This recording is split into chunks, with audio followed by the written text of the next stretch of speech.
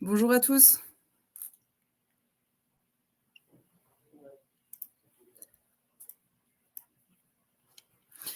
Bonjour à tous et bienvenue. Je suis Manon Riwal, chargée de communication au sein de Cerma Group. Bonjour à tous et merci d'avoir rejoint ce webinaire sur le thème de l'éco-conception, concevoir des systèmes électroniques durables. Quelques précisions sur le fonctionnement du webinaire. Donc, vos micros et vos caméras sont désactivés. Vous aurez la possibilité de poser des questions en direct via le chat. Ce webinaire sera enregistré et le replay sera disponible sur notre site internet. Pour animer ce webinaire, nous avons le plaisir d'accueillir Didier Babou, spécialiste de l'éco-conception dans la filière électronique. Il répondra à vos questions et à la fin de sa présentation. Il pourra répondre à vos questions durant une durée d'environ 10 à 15 minutes. Pour information, toutes les questions auxquelles nous n'aurons pas eu le temps de répondre à la fin du webinaire feront l'objet d'un retour par mail. Et donc, je laisse maintenant la parole à Christophe Aigneret qui va présenter la partie groupe Cerma et sa filiale Cerma Technologies. Bonjour à toutes et à tous, donc Christophe Aigneret, ingénieur commercial au sein de Cerma Technologies. Donc je fais l'exercice de vous présenter le groupe afin que vous ayez une bonne vision de ce que vous faites chez Cerma. Donc, je partage mon écran.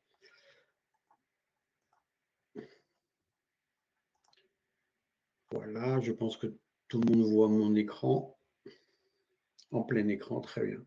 Donc Cerma Group, on vous fait une petite présentation, pas très longue, histoire de vous faire connaître un peu le groupe et tout ce que l'on fait au sein du groupe. Donc notre mission au sein de Cerma, principalement dans notre ADN électronique, est de sécuriser, fiabiliser les systèmes électroniques, mais pas seulement, mais aussi de l'information, de puissance et de télécommunication. Cerma est un acteur indépendant, multisectoriel. On vous accompagne depuis des années, tous les industriels de tout marché, dans tout l'ensemble du cycle de vie des produits et des services. Aujourd'hui, Cerma, c'est plus de 1400 personnes, 35 ans d'expérience, 33 sites en Europe, en France, en Europe évidemment, en Tunisie et aux États-Unis, plus de 25 000 mètres carrés de laboratoires, de zones de production. Comme vous le voyez, notre forecast 2025 est à 221 millions d'euros. Et notre positionnement multisectoriel fait que nous intervenons vraiment partout, partout où il y a de l'électronique. Alors évidemment, notre secteur principal aujourd'hui est l'automobile et l'aéronautique, mais l'électronique étant partout, nous intervenons dans tous les domaines d'activité. Voilà. Qu'est-ce que je peux vous dire sur les implantations? Donc, je vous ai dit 33 sites, principalement en France, autour de Toulouse, Bordeaux, les plus gros sites. Nous avons aussi Grenoble, Chambéry, toute la partie aussi La Rochelle pour la partie microélectronique, des sites à Paris, des sites de bureaux, mais aussi des sites de production pour les tests batterie. Nous sommes implantés aussi en Tunisie, en offshore, une grosse entité en Tunisie, c'est un international, plus d'une centaine de personnes, 2 entités en Germanie, en Allemagne, et un laboratoire aux États-Unis pour l'implantation et le développement aux États-Unis. Nous sommes organismes de formation, mais Saguenola vous en parlera un peu plus. Nous sommes certifiés Calliope. Ces formations sont faites par nos experts dans tous les domaines d'activité que nous avons au sein du groupe.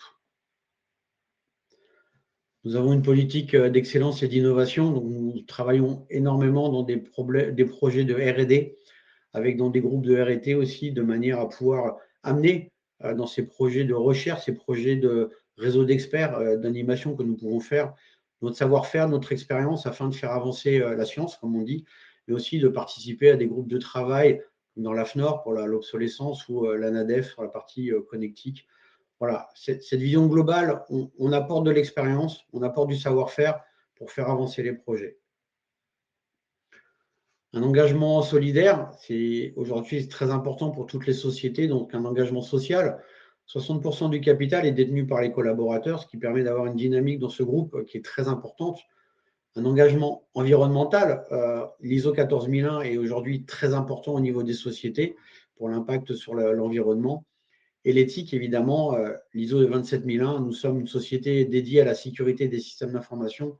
Donc, évidemment, cette certification ISO 27001 est indispensable pour travailler dans tous nos domaines d'activité. Quelques focus sur nos filiales. Cerma Technologies, la technologie des matériaux. Donc, c'est 7000 m² de laboratoire sur une dizaine de sites avec 10 000 analyses par an. Nous travaillons principalement sur la maîtrise des technologies de l'électronique, des procédés de fabrication, de caractérisation des matériaux, donc sur les puces, les composants, les PCB, les PCBA, les matériaux, des tests électriques et d'environnement, de manière à pouvoir faire tout ce qui est qualification, caractérisation des composants, caractérisation des cartes, des essais de qualification, comme je l'ai dit, dans tout domaine aérospatial, spatial, aéronautique, automotive, avec des enceintes climatiques qui permettent de faire.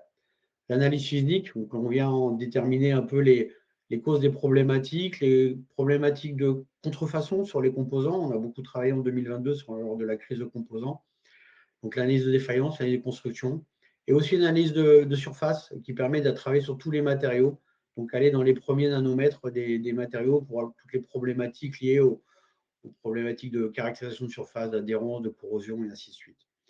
La partie reverse engineering, donc avec notre laboratoire des États-Unis, mais aussi à Bordeaux, on est capable de faire du reverse engineering de cartes ou de composants, de manière à pouvoir aider sur la partie obsolescence les clients à comprendre la problématique de savoir si on peut refaire un composant, refaire une carte par rapport à des projets qui ont été arrêtés, des projets, des EMS qui ont été fermés. Notre société a aussi, Cerma Technologies, une partie conseil, comme je l'ai dit, conseil et formation. Donc, tout ce qui est audit de procédés, d'industrialisation. Une grosse expérience sur la fiabilité des systèmes, sur ce qu'on appelle aussi le reste à vivre. Aujourd'hui, donc la partie, après 40 ans de vie, combien le produit peut rester encore en service sans avoir de panne. Et tout ce qui est partie recherche de causes de défaillance, recherche de causes racines, qui est liée à la partie analyse physique.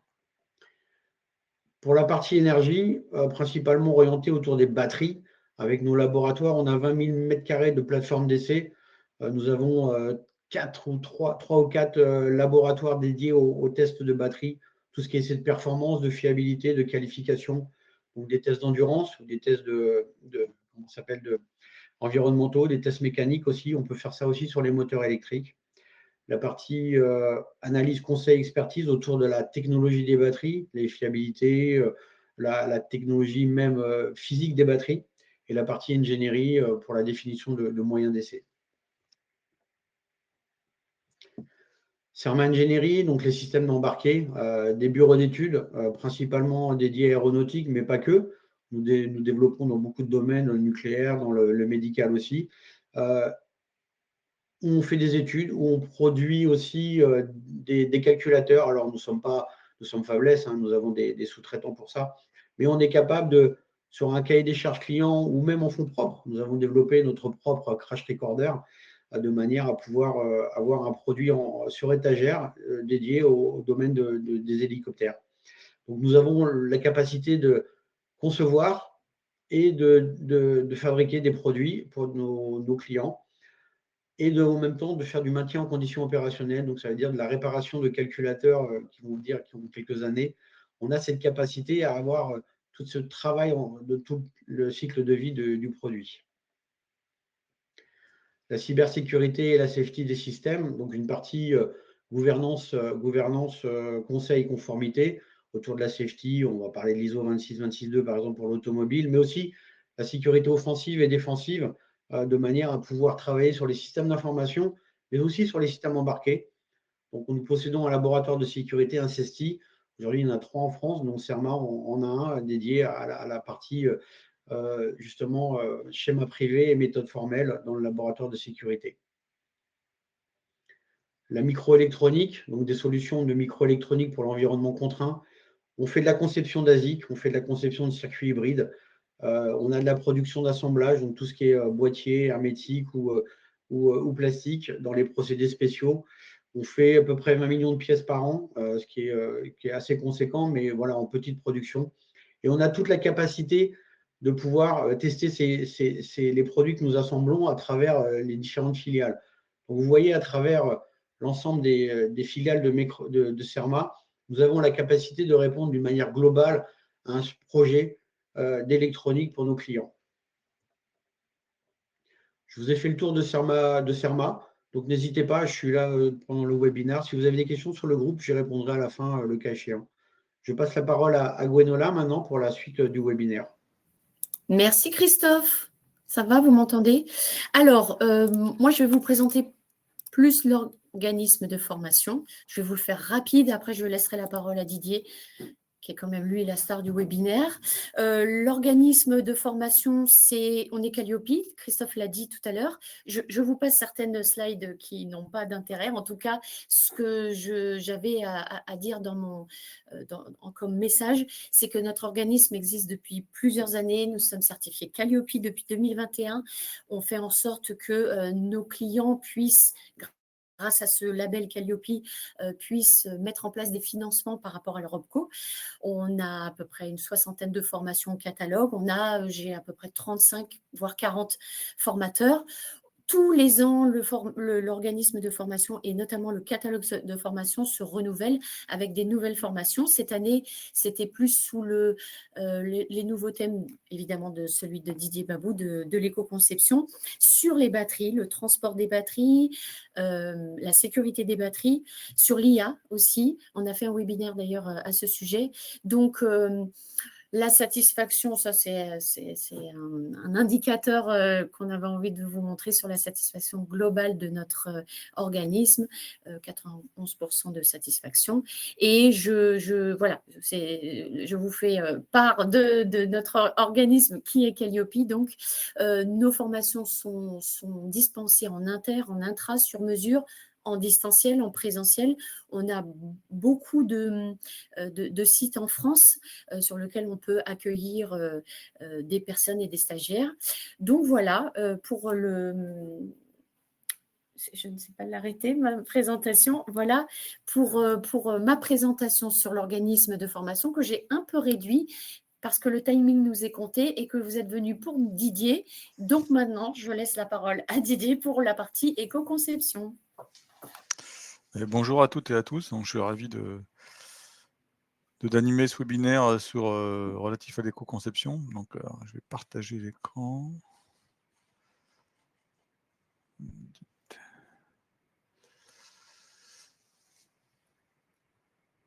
Alors.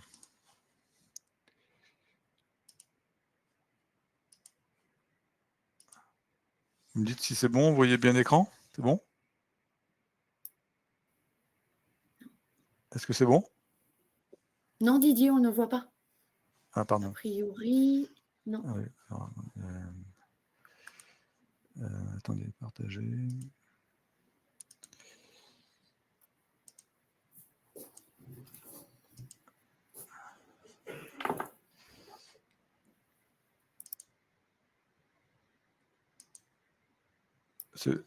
Est-ce que c'est mieux là?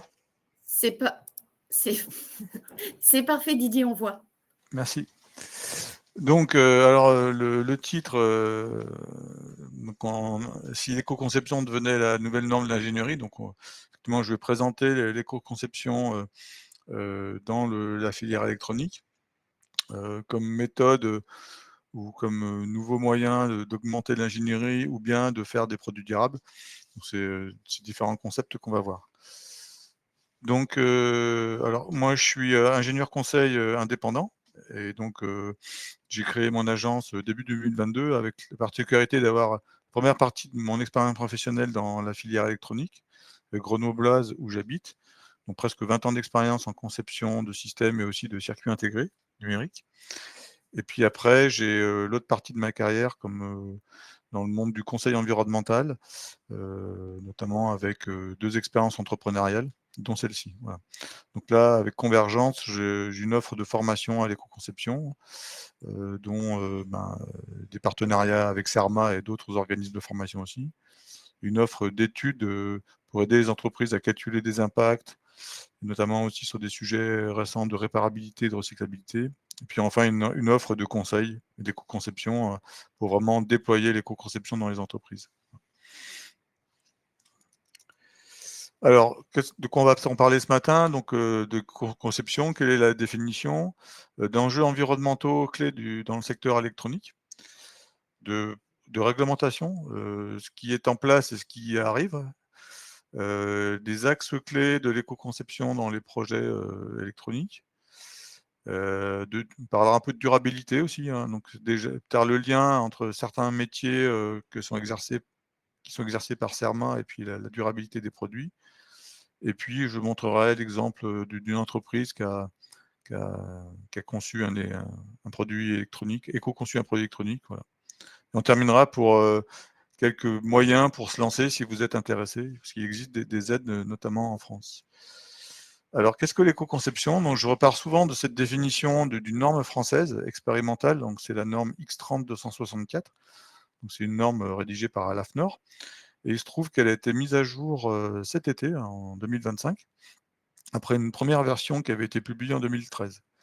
Donc, cette norme dit que l'éco-conception, c'est l'approche méthodique qui prend en considération les aspects environnementaux lors du processus de conception et de développement, dans le but de réduire les impacts environnementaux négatifs tout au long du cycle de vie d'un système. Donc, il y a 3 concepts clés, hein. Donc, l'aspect environnemental, l'impact environnemental, donc j'en parlerai dans la diapositive suivante, le cycle de vie, et même un 4e, le système. Alors, qu'est-ce qu'on entend par système dans cette norme? Ça va être tout ce qui va être relatif au produit et son emballage, mais ça peut être aussi l'éco-conception d'un procédé ou l'éco-conception d'un service. Alors derrière un service, souvent, il y aura du matériel, donc le matériel associé au service. Ça peut être une infrastructure aussi, ça peut être un produit et service. Bref, quoi, c'est l'ensemble des combinaisons possibles des produits, on va dire, des services et des procédés, de façon générale. Alors, les 3 concepts clés, comme je le présentais, donc le premier, c'est l'aspect environnemental. Donc, qu'est-ce qu'un aspect environnemental? Il est défini par la norme ISO 14001, donc qui est la norme de système de management environnemental, pour lequel d'ailleurs CERMA a des certifications. Donc, l'ISO 14001 dit que ce sont les éléments des activités, des produits et services d'un organisme interagissant ou susceptible d'interaction à l'environnement. Donc, si on prend l'exemple d'un produit électronique, quels sont ces aspects environnementaux? La consommation d'énergie du produit va être un aspect environnemental.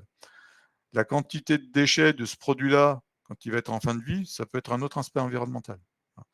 La quantité de matériaux, la quantité d'eau consommée indirectement dans le cycle de vie du produit, ça va être un aspect environnemental. Bref, tout ce qui est en interaction avec l'environnement. Ensuite, ces interactions, elles vont provoquer des impacts. On appelle impact environnemental. Donc, c'est la modification de l'environnement, négative ou bénéfique, qui va résulter totalement ou partiellement de ces aspects environnementaux.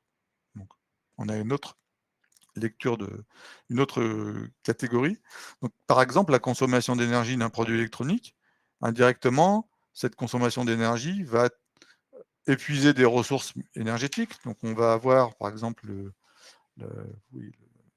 l'épuisement des ressources à droite qui va être un impact environnemental, et aussi la consommation d'énergie va avoir pour effet d'impacter le climat, donc de contribuer au changement climatique. Voilà.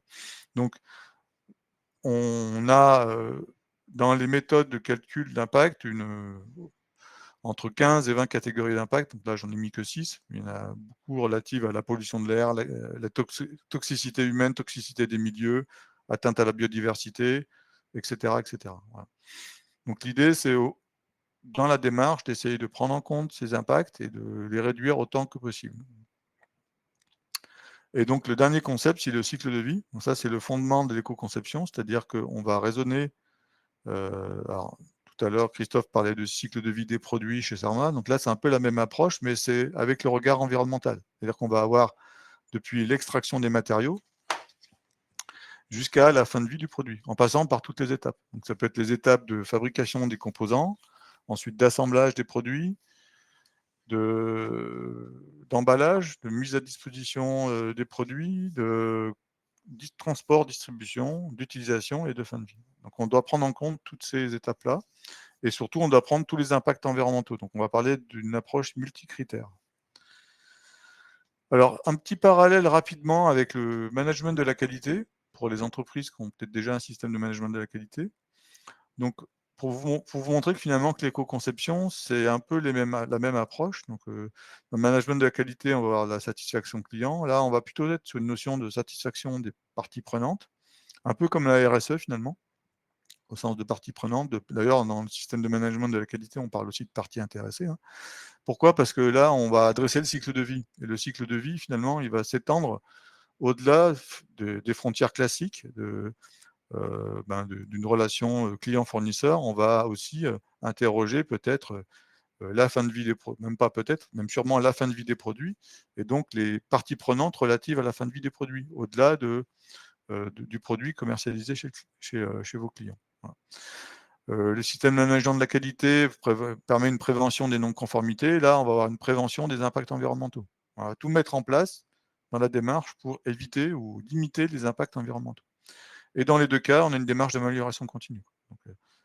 L'éco-conception est complètement une démarche d'amélioration continue pour progressivement améliorer les impacts des produits, étendre une gamme de produits dans sa couverture en éco-conception, etc. Donc, en d'autres termes, en fait, on pourrait considérer que finalement, l'éco-conception, ça peut être de la qualité élargie aux enjeux environnementaux. Moi, des fois, je parle de qualité environnementale aussi. Voilà. Alors, quels vont être les enjeux environnementaux du secteur numérique, donc électronique? En fait, la plupart maintenant des équipements électroniques qui sont mis sur le marché, qui sont développés, ils vont contribuer au secteur numérique et dont les impacts ne font que croître, notamment à cause de l'explosion de nouveaux usages. Donc, on pense bien sûr à l'IA, les crypto-monnaies, etc. Tous ces nouveaux usages numériques vont faire que on va avoir aussi une croissance des impacts des équipements électroniques associés. Donc, quand on a cette vision-là, finalement, on a une vision de service numérique avec 3 étages. Donc, l'étage qu'on appelle des terminaux. Donc là, on va plutôt raisonner en milliards d'unités. Donc, typiquement des objets connectés, des téléphones portables, des ordinateurs. Tout ce qui permet d'être une interface finalement avec l'utilisateur. Ensuite, on a l'étage du milieu qui va correspondre aux équipements de réseau. Donc, que ce soit des réseaux filaires ou des réseaux sans fil.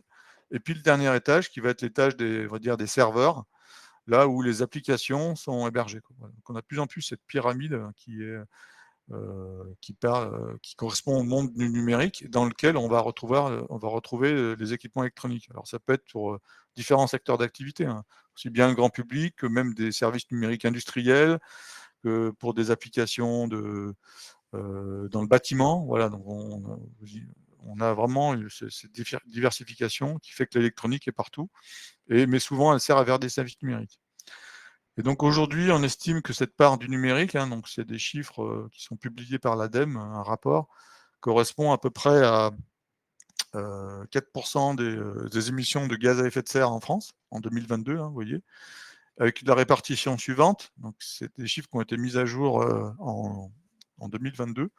Il y a à peu près la moitié des impacts qui sont liés à la fabrication des terminaux. Hein. Voilà, donc ça, c'est lié notamment à leur quantité, hein, bien sûr, parce qu'on parle en milliards d'unités. Et après, il y a la part aussi 46% liée au centre de données, en fait. Voilà, donc ça, c'est aussi lié à le fait, alors c'est le bilan carbone quelque part du numérique en France, donc on va aussi compter les serveurs qui seraient pas forcément localisés en France, mais qui rentreraient dans les services qui sont commercialisés en France. Mais par contre aussi, on a les nouveaux usages qui rentrent en ligne de compte, et je pense notamment à, peut-être vous savez tous, à l'IA, qui fait qu'on va vers une explosion de l'empreinte des data centers en France. Et bien sûr, tout ça, c'est des services numériques et des équipements électroniques. Donc ensuite, un autre enjeu qu'on va avoir relativement aux équipements électroniques, ça va être la fabrication des composants électroniques, qu'on va retrouver sur les cartes, et la fabrication des circuits imprimés, qui génèrent de multiples impacts, et notamment pour une question liée à l'épuisement des ressources métalliques. Vous savez peut-être que dans un téléphone portable, on a plus d'une cinquantaine de métaux, donc là, qui sont mis sur cette table périodique des éléments. Si on remonte en arrière, il y a peut-être une trentaine d'années, dans les dispositifs électroniques, on avait peut-être à peine une trentaine de métaux. Donc il y a une explosion quelque part du nombre de métaux, du fait de la miniaturisation, du fait des nouvelles technologies, et souvent ces métaux sous forme de traces, quoi. Voilà. Et bien sûr, un métal extrait, ça va avoir des impacts dans la chaîne amont et dans l'extraction des matières au niveau planétaire. Parce que si on prend l'exemple du cuivre, par exemple, ici, là, vous voyez, hein, c'est l'exemple d'une mine de cuivre, où on voit la taille finalement de ce qui est extrait et qui va être utilisé relativement à la profondeur de la mine. Donc à gauche, ça fait plusieurs tours Eiffel, donc c'est presque 1000 mètres de dénivelé, cette mine-là de cuivre. Voilà, et seulement à la fin, on arrive à extraire cette boule au milieu, quoi. Donc l'extraction des métaux est vraiment un impact environnemental très, très important, quoi, et notamment dans le secteur électronique. C'est une de ses caractéristiques. Et le deuxième aspect, c'est qu'on a aussi, avec les composants, des technologies de fabrication de semi-conducteurs qui sont énormément gourmandes en ressources, en énergie, et qui sont impactantes. Donc là, j'ai mis l'exemple de cette machine, peut-être vous connaissez, du fabricant ASML, là, qui est le leader mondial des machines de photolithographie dans l'industrie semi-conducteur. Et ces machines-là, même toutes seules, c'est déjà des usines en tant que telles, quoi. Voilà, avec, vous voyez, la tuyauterie de partout et une consommation de ressources de plus en plus importante. Et ce qu'il faut savoir aussi, c'est que maintenant, pour fabriquer des circuits intégrés avec les technologies les plus avancées, c'est des centaines d'étapes et donc des durées de fabrication qui sont sur plusieurs mois d'ailleurs, et des centaines d'étapes qui sont mises en œuvre. Et donc à chaque fois, à chaque étape, c'est énormément d'impact environnemental. Donc ensuite, un autre enjeu va être, alors ça peut-être certains d'entre vous le connaissent déjà, c'est la consommation énergétique des équipements électroniques. Donc parce que ce qu'il faut savoir, c'est que l'électronique va surtout avoir des impacts pendant la phase d'utilisation et la phase d'usage. Mais l'usage va dépendre, la consommation d'énergie va dépendre du scénario d'usage. Et donc là, on va avoir des impacts d'épuisement des ressources énergétiques, aussi de changement climatique. Et donc là, j'ai simplement mis une photo un peu récente d'une publication qui a été faite par des communautés de consultants sur l'impact des cartes GPU de NVIDIA pour l'IA générative et notamment les phases d'apprentissage. Et donc, on voit notamment que sur ce type de carte électronique, on a une part prépondérante de l'utilisation parce qu'on a des modèles qui sont et des activités qui sont 24 heures sur 24 en continu, donc qui vont consommer en moyenne et avec des puissances qui sont autour de 400 watts. Donc voilà, donc on a un exemple aussi d'impact de l'électronique pendant la phase d'utilisation.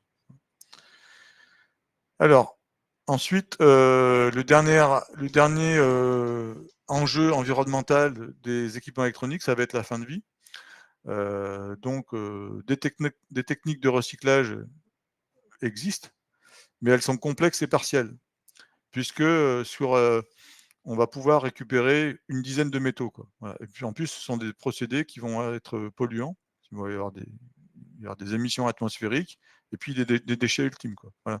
Donc sur la cinquantaine de métaux présents, par exemple, dans un téléphone portable, aujourd'hui, les meilleures pratiques de recyclage permettent d'en recycler à peine une dizaine. Donc vous voyez, c'est un impact vraiment conséquent. Et on est capable de recycler. Alors, bien sûr, le recyclage a aussi des intérêts économiques, c'est-à-dire qu'on va chercher à recycler ce qui a de la valeur derrière comme métaux revendus. Donc, vous imaginez bien que les métaux précieux, effectivement, l'or, l'argent, le platine, etc., vont être privilégiés au détriment de métaux qui seraient moins intéressants économiquement et aussi qu'on aura vraiment du mal à aller chercher parce qu'ils sont en trop faible quantité, quoi. Voilà. Et donc, c'est le recyclage des cartes électroniques, notamment, c'est des usines qui sont du secteur de la métallurgie, hein, qui vont faire. Et donc, les matériels vont être mis dans des fours de fonderie pour pouvoir récupérer les quelques métaux. Alors, concernant les réglementations applicables, peut-être que vous en connaissez déjà un certain nombre de réglementations en vigueur, donc je vais faire un petit rappel rapide. Donc, au niveau des matières premières, on va avoir bien sûr les réglementations RoHS et REACH, qui vont être pour la limitation des substances dangereuses. Il y a une future réglementation qu'on peut rassocier à l'éco-conception, qui est en vigueur depuis le début d'année, mais qui va rentrer progressivement l'année prochaine, sur les emballages professionnels. Donc, en même temps que l'éco-conception de dispositifs électroniques, on peut avoir aussi à éco-concevoir l'emballage et donc à réfléchir sur les matériaux qui seront mis en œuvre. La phase d'utilisation, donc vous connaissez peut-être pour certains d'entre vous la directive éco-design ou ce qu'on appelle la directive ERP, qui date de 2009 et qui va être remplacée par le règlement ESPR, dont je vous en parlerai après. Et puis, on a aussi là en France la loi AGEC qui a certaines exigences relativement à ce qu'on appelle les QCE, c'est caractéristiques, qualité et caractéristiques environnementales des produits, notamment la réparabilité, la recyclabilité, le pourcentage de matériaux recyclés, etc. Voilà. Et enfin, la fin de vie, au travers de ce qu'on appelle la responsabilité élargie des producteurs, donc c'est des filières de recyclage. On va avoir des exigences sur les D3E, donc les déchets d'équipements électroniques et les batteries, qu'on pourrait retrouver forcément intégrés dans des dispositifs électroniques de type système embarqué. Voilà. Donc voilà les principales réglementations. Et ce qui est important à avoir en tête, c'est que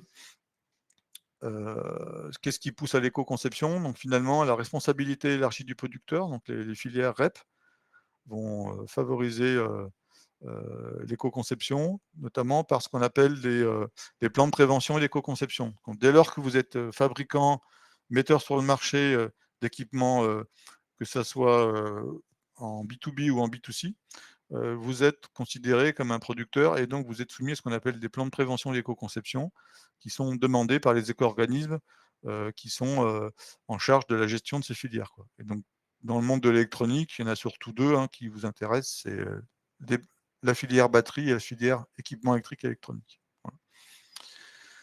Enfin, une dernière réglementation qui a été votée en 2024, en juin 2024, peut-être vous en avez entendu parler, c'est ce qu'on appelle le règlement ESPR, donc Eco-Design Sustainable Product Regulation, qui est un règlement cadre et qui va progressivement être mis en œuvre par des règlements délégués, on appelle ça des actes délégués, donc, et qui va arriver dans les prochaines années pour les équipements informatiques et probablement plus généralement dans d'autres secteurs d'activité où il y aura des produits électroniques. Voilà. Donc je vous invite à faire de la veille sur ces règlements éco-conception. Et donc ce règlement, il va être aussi un dispositif de communication qui est demandé, qu'on appelle le passeport numérique de produit, donc Digital Product Passport, peut-être que vous en avez entendu parler aussi, qui va être un moyen par donc des QR codes ou d'autres moyens de communication, de communiquer un certain nombre d'informations relatives à la vie du produit, donc que ce soit sa fabrication, sa phase de vie, les réparations qui ont pu être mises en œuvre, ça peut être des contenus d'empreinte carbone, etc. Donc il y aura tout un nombre d'informations qui sont réglementées relatives aux produits et que les fabricants devront mettre à disposition du public par un site sécurisé. Alors ensuite, comment on va mettre en œuvre une démarche d'éco-conception? Une des premières choses à faire, ça va être de mesurer l'impact environnemental du produit, ou du système en l'occurrence.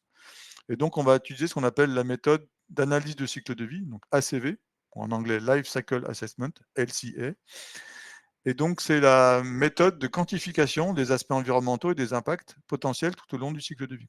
Voilà, donc c'est une méthode qui est rigoureuse, qui est basée sur des normes, une norme ISO 14040, qui vont expliquer par des lignes directrices comment déployer et mettre en œuvre la méthode. Voilà. Donc l'ACV, en fait, c'est donc de par ces normes, on va toujours retrouver 4 étapes. La première, c'est ce qu'on appelle les objectifs et le champ de l'étude. En gros, le périmètre de l'étude, parce que l'ACV est considéré comme une étude, en fait. Ensuite, on a l'inventaire qui va correspondre à la collecte des données. Donc, on va collecter les données d'inventaire du produit sur l'ensemble de ce cycle de vie. Le calcul de l'impact, suivant les différents indicateurs que j'ai pu vous montrer avant, et après, l'interprétation des résultats. Donc finalement, tout ça va permettre d'avoir des pistes d'éco-conception. Ça peut aussi alimenter la communication environnementale.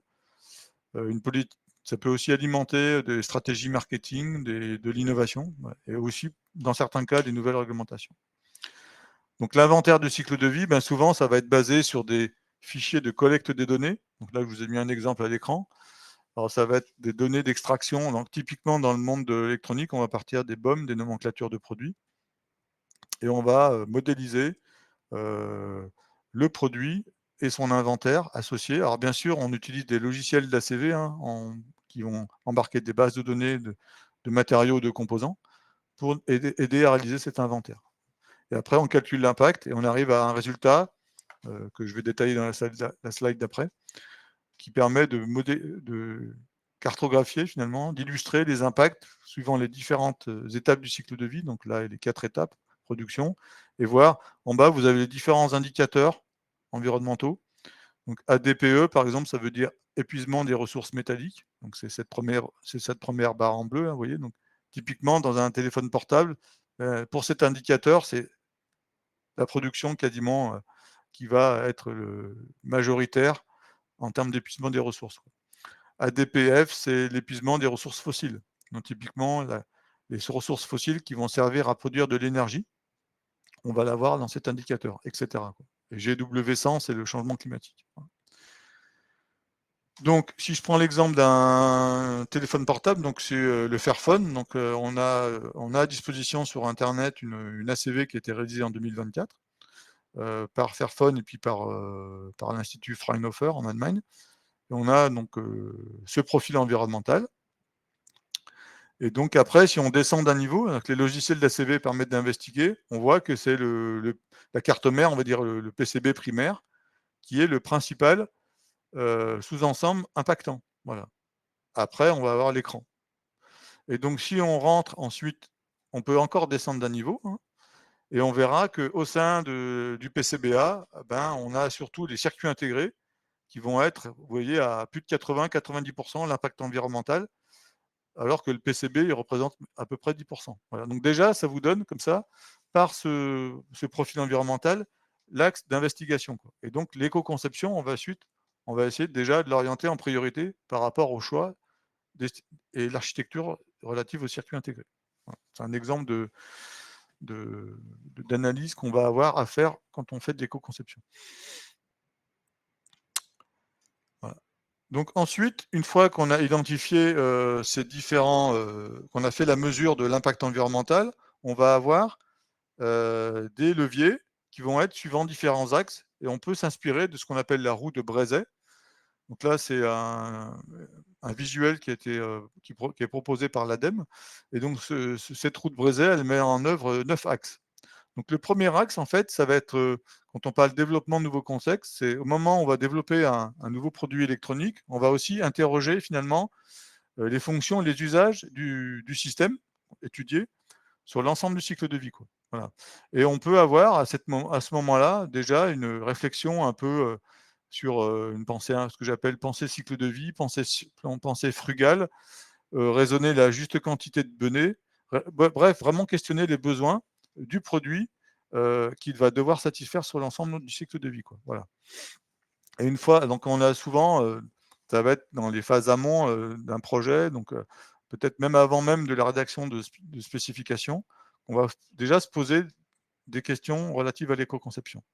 Ensuite, une fois qu'on va commencer à concevoir, développer le produit, alors très en amont, hein, dans les phases même d'architecture ou au début de la conception préliminaire, on va pouvoir interroger tout ce qui va concerner l'approvisionnement des matériaux. Quoi. Et donc là, étudier des possibilités, des solutions pour avoir des matériaux recyclés, des matériaux biosourcés, des composants numériques qui seraient avec des technologies relativement anciennes et matures et donc peut-être moins impactantes sur l'environnement. Peut-être d'avoir aussi des réflexions sur certaines parties de blocs, de schémas qu'on pourrait concevoir avec des parties analogiques, avec des approches entre guillemets low-tech. On va aussi réfléchir sur la technologie des batteries, etc. etc. On peut... Ensuite, le deuxième axe va être aussi la réduction de la quantité de matière, donc, donc à la fois dans des parties mécaniques, mais aussi dans les parties électroniques, notamment avec la forme des circuits imprimés. On va aussi réfléchir à la mise en panneau des circuits imprimés, voilà, pour éviter trop de gaspillage, trop de chute. Donc toutes ces questions-là, on va se les poser très en amont, finalement, dans la réflexion. Mais aussi, ensuite, on peut avoir une réflexion sur la logistique, l'emballage, hein, par la forme des cartes et la forme du produit, finalement, et son emballage associé. Un autre axe de réflexion va être finalement important, ça va être la réduction de l'impact environnemental pendant l'utilisation. Donc là, à savoir la réduction de consommation d'énergie. Donc toutes ces questions d'architecture basse consommation, de power management, d'exploitation des différents modes de fonctionnement ou des modes de veille de l'électronique par fonction, par sous-ensemble, etc. Ben, tous ces éléments, bien sûr, on va les définir, on va réfléchir presque en amont, déjà très en amont pendant la phase 0 et la phase 1, mais elles auront leurs effets pendant la phase 5. On va aussi se poser la question, finalement, de comment optimiser la durée de vie. Voilà. Donc, on va penser réparabilité du produit, mise à jour logicielle, donc gestion de l'obsolescence, fiabilité des composants. Donc, comme expliquait Christophe, c'est déjà des métiers, des services qui sont proposés par SAMA, durée de vie des batteries, etc. Et enfin, l'éco-conception, ce que un peu une nouveauté peut-être pour certains d'entre vous, c'est réfléchir aussi à la fin de vie. Et donc, comment concevoir en vue du démantèlement, comment calculer un indice de recyclabilité des matériaux, voilà, etc., etc. Voilà. Vous voyez, donc l'éco-conception, on a différents angles, différents champs qu'on va venir investiguer et qu'on va venir questionner pendant sa démarche de conception. Voilà, donc juste à savoir, c'est que moi je fais partie d'un collectif, peut-être que vous connaissez, qui s'appelle We Network, qui est à Angers, et on a pour ambition, alors même c'est plus qu'une ambition, maintenant c'est un projet qui va démarrer à la fin de l'année, là, de rédaction d'un référentiel général d'éco-conception d'équipements électroniques qui sera, on l'espère, d'ici 2 ans, le standard pour aider les entreprises à éco-concevoir dans la filière électronique. Alors, je vais juste faire un petit focus sur la conception pour la durabilité. Donc, qu'est-ce qu'on entend par durabilité? En fait, c'est, il n'y a pas vraiment de définition. La seule définition qu'on pourrait avoir, c'est par notamment l'indice de durabilité, hein, qui est réglementaire en France pour 2 catégories de produits, donc à savoir les, les lave-linges et les télévisions. Et on dit que la durabilité dit que finalement, c'est la somme de la fiabilité et de la réparabilité. Donc en termes de réparabilité, de quoi va-t-on parler? Donc là, il y a une norme européenne, 45554, qui est pour les produits liés à l'énergie, donc ça s'applique aux produits électroniques, et qui va établir des critères de réparabilité, donc à la fois liés aux produits, liés au support. Donc quand on dit support, c'est vraiment type service après-vente, proposé par le fabricant, et aussi des critères relatifs aux données. Voilà. Donc l'ensemble de ces critères, ils sont agrégés sur une méthode de calcul qui permet de calculer un score avec des notes de ABCD. Donc vous connaissez peut-être certains d'entre vous l'indice de réparabilité réglementaire pour des téléphones portables ou pour des lave-linges ou pour d'autres appareils électroménagers, donc qui est une note sur 10. Mais la norme européenne, elle a un classement de notes qui vont de A à E, comme les étiquettes énergie. Voilà. Donc ça, c'est un premier moyen de calculer la performance, quelque part, de réparabilité de ces produits. Et le deuxième critère, on peut intégrer dans ce calcul de durabilité des questions qui sont relatives à la conception et la gestion de l'obsolescence, hein, et aussi les méthodes de conception pour la fiabilité. Donc à la fois par des calculs théoriques de fiabilité, de durée de vie, donc de type MTTF, MTBF, et aussi des analyses théoriques de risque de défaillance par les méthodes de type FMEA ou FMEMK. Ouais, toutes ces méthodes-là de fiabilité, finalement, vont concourir à la durabilité du produit. Voilà, donc, vous voyez, donc derrière ce sujet de la durabilité au niveau environnemental, quelque part, on a, vous voyez, différentes méthodes qui sont possibles. Et donc ça peut être complètement intégré dans une démarche d'éco-conception. Donc il y a une norme qui explique la durabilité et qui reprend un peu tous les éléments que vous avez à l'écran. Voilà. Ensuite, donc je fais juste un focus, c'est que depuis cet été, il y a aussi à l'initiative de Valeo un référentiel, donc il propose une méthode finalement pour calculer un indice de réparabilité des PCBA, dans des cartes électroniques. Et donc c'est une méthode de calcul qui est basée sur 3 paramètres, on va dire le type de boîtier de circuit intégré, l'espacement entre les composants et le niveau de complexité de réparation, quoi. Entre des petits boîtiers faciles de réparation à des boîtiers de type BGA qui auraient plus d'une centaine de broches, qui nécessitent des techniques de dessoudage assez avancées, ben, on est capable de proposer une méthode, une approche, une méthode de calcul pour calculer un score. Et donc, cette méthode-là est complètement en fait, complémentaire de la norme européenne, et ça peut être un moyen finalement d'avoir un autre indicateur de maturité, de réparabilité de son équipement électronique. Voilà. Alors pourquoi on va éco-concevoir? En fait, il y a différentes motivations qui vont pousser à l'éco-conception. Et les deux principales, ça va être les convictions personnelles du dirigeant et l'anticipation de futures réglementations. Donc j'ai parlé déjà des réglementations à venir. Donc anticiper l'éco-conception, ça peut être un moyen pour vos entreprises de se préparer à ces réglementations plutôt que d'attendre le dernier moment que la réglementation va être publiée, quoi. Voilà.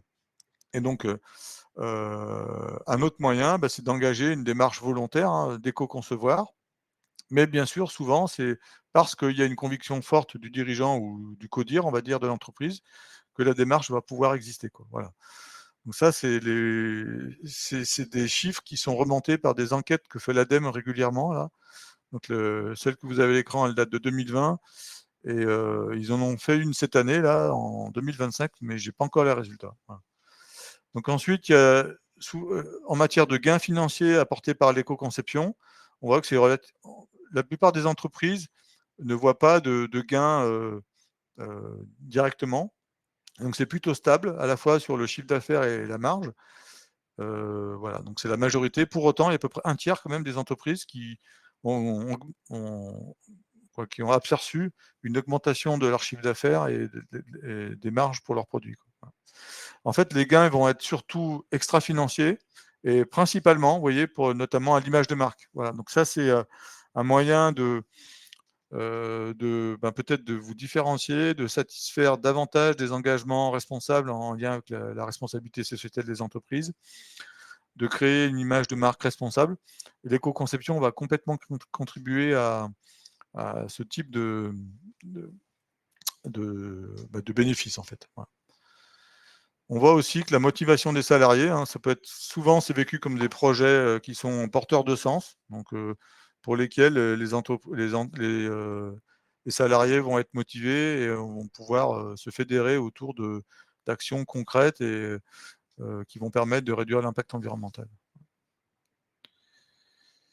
Et donc, alors, l'exemple d'un produit éco-conçu et d'une entreprise qui développe des produits éco-conçus avec toute une stratégie d'éco-conception. Donc, peut-être vous connaissez, c'est le groupe Lacroix. Donc là, j'ai mis l'exemple d'un produit. J'ai trouvé cette publication lors du dernier salon Polytech. Voilà. Et on voit que cette entreprise, que je connais par ailleurs, a mis en place aussi toute une démarche d'éco-conception, de bonnes pratiques pour arriver à une nouvelle génération de data loggers qui embarquent un maximum de solutions d'éco-conception, quoi. Et ils ont aussi réussi finalement à faire en même temps l'éco-conception et d'intégrer des exigences aussi de cybersécurité, quoi. Donc c'est possible d'avoir ces deux types de démarches dans la conception d'un produit, quoi. Voilà, donc en matière de communication, donc ce qui est vraiment recommandé, c'est, vous avez vu, un des premiers bénéfices, ça va être l'image de marque de l'entreprise. Mais pour pouvoir, je dirais, récolter les bénéfices de cette image de marque, il va falloir avoir une communication et une stratégie de communication adaptée. Et donc, on peut avoir deux types de communication. Alors, ça peut être les deux, ou bien l'une ou l'autre, ça va dépendre de sa stratégie. Donc, il y a une première communication qui va être relative à la démarche, finalement au processus d'éco-conception, et pas tant finalement sur les résultats de l'éco-conception du produit qui aura été, ou du système qui aura été éco-conçu. Ça va plutôt être sur le deuxième cas, donc d'aller valoriser finalement le système ou le produit éco-conçu. Et donc, on va avoir des labels. Bureau Veritas propose quelques labels de reconnaissance de démarche d'éco-conception, l'AFNOR aussi, voilà. Donc là, on est vraiment sur les processus en tant que tels, et notamment basé sur la norme pour laquelle j'ai donné la définition d'éco-conception. Ensuite, on va avoir des labels qui vont être relatifs aux produits. Donc, alors, ce qu'il faut savoir, c'est que globalement, tous ces labels relatifs aux produits, ça va être des labels pour des produits grand public. Donc, vous connaissez peut-être l'écolabel qui est pour des produits de grande consommation. On n'a pas forcément de labels privés ou de labels sectoriels qui pourraient reconnaître des produits éco-conçus. Alors peut-être que le futur règlement européen va aussi instaurer ou tout au moins favoriser l'émergence de certains labels pour reconnaître l'éco-conception de produits électroniques. Voilà. Il y a quand même un label sur la durabilité des produits qui s'appelle Long Time, qui est un label français, et sur la réparabilité, qui permet de communiquer sur ces deux axes-là. Par contre, on a ce qu'on appelle des éco-profils qui sont sous forme de labels et de résultats d'analyse de cycle de vie dans certains secteurs d'activité, notamment le programme PEP Éco-Passeport, qui s'applique aux équipements électriques et électroniques, surtout utilisés dans le bâtiment. Voilà, peut-être que certains d'entre vous connaissent, si vous êtes fabricant de capteurs ou d'équipements qui sont intégrés dans le bâtiment, vous pourriez être sollicité ou vos clients pourraient vous demander, votre marché pourrait vous demander finalement de publier ces profils environnementaux, donc ce qu'on appelle des PEP, au regard de règles qui sont fournies par ce standard. Donc voilà, donc j'ai bientôt terminé. Donc après, comment passer à l'action?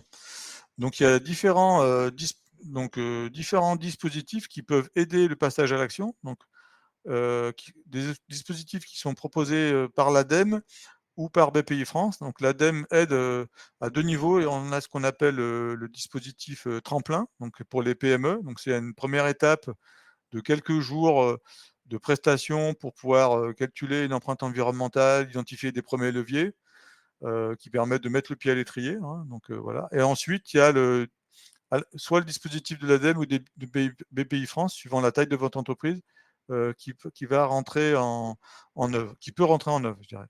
Donc BPI France finance des diag éco-conception pour les PME. Et donc là, j'ai mis l'exemple classique d'un diag éco-conception que j'avais réalisé l'année dernière dans une entreprise en Auvergne-Rhône-Alpes. Et donc on a un projet qui se déroule sur 8 mois avec différentes étapes. On part du cadrage et du contexte stratégique de l'entreprise. On va créer une équipe projet. Ensuite, on avait fait des ateliers de sensibilisation, de formation d'équipe projet pour lancer la collecte des données de l'ACV. Le processus ACV a été assez long, hein, ça dure plusieurs mois.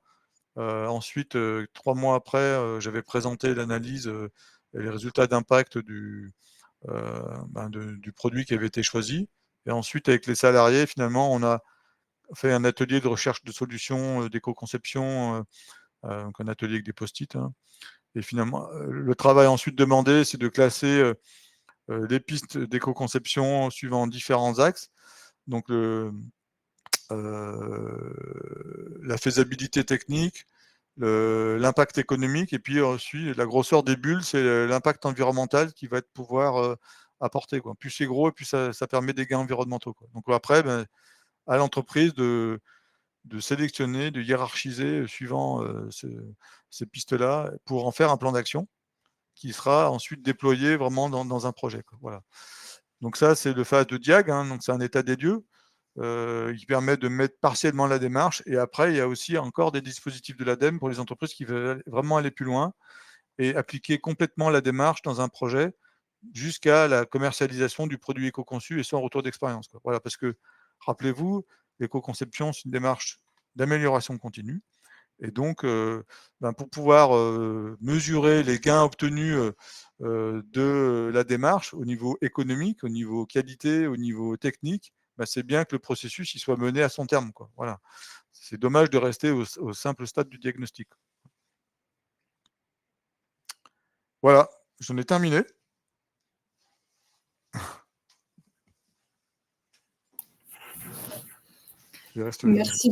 Merci Didier pour cette présentation. On a un court temps pour répondre à quelques questions. Donc, on en a reçu quelques-unes dans le chat qui te sont adressées, Didier. On a une question qui est: quel logiciel d'ACV utilisez-vous? Alors moi, j'utilise de logiciels d'ACV, il y en a un certain nombre. Ceux qui sont pertinents pour le monde de l'électronique, le plus pertinent, c'est EIME, avec la base de données code. Alors, il y a toujours des bases de données, elles sont toujours avec des niveaux de qualité de données qu'il faut être capable de comprendre et qui sont questionnables. Après, on peut utiliser aussi CIMAPRO et la base de données EcoInvent, mais c'est moins précis en termes de données pour les composants électroniques. Quoi. Parce qu'on a des données qui sont relativement anciennes et voire qui sont obsolètes. Quoi. Voilà. C'est ce que je préconise. Et la base logiciel EIME a développé une base spécifique microélectronique et elle a publié cette nouvelle base à la rentrée. Là. Voilà. Merci. Selon vous, est-ce que la certification ISO 9001 impose une démarche d'éco-conception et sur quel référentiel de certification s'appuie la certification AFNOR Éco-Conception? Alors, l'ISO 9001, à ma connaissance, la version actuelle, c'est la version 2015. Elle n'impose pas l'éco-conception. Donc, moi, je m'en sers comme moyen interne existant, avec des processus existants pour m'appuyer dessus, pour intégrer l'éco-conception dans l'entreprise. Et finalement, rajouter de façon volontaire des nouvelles exigences environnementales au système de management de la qualité. Alors, par contre, l'année prochaine, pour les qualiticiens, la nouvelle version ISO 9001 va être mise à jour, hein, donc en 2026. Et donc là, je ne sais pas encore, mais probablement, je crois qu'il y a un renforcement de tout ce qui est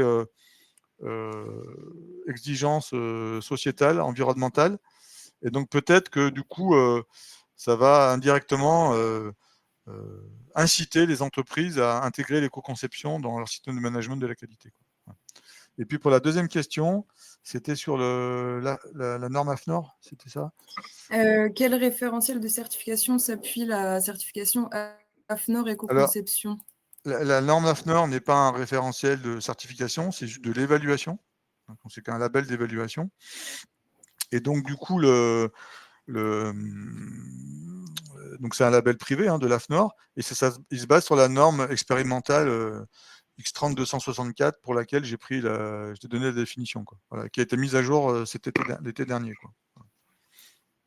Ok, merci. On a une troisième question.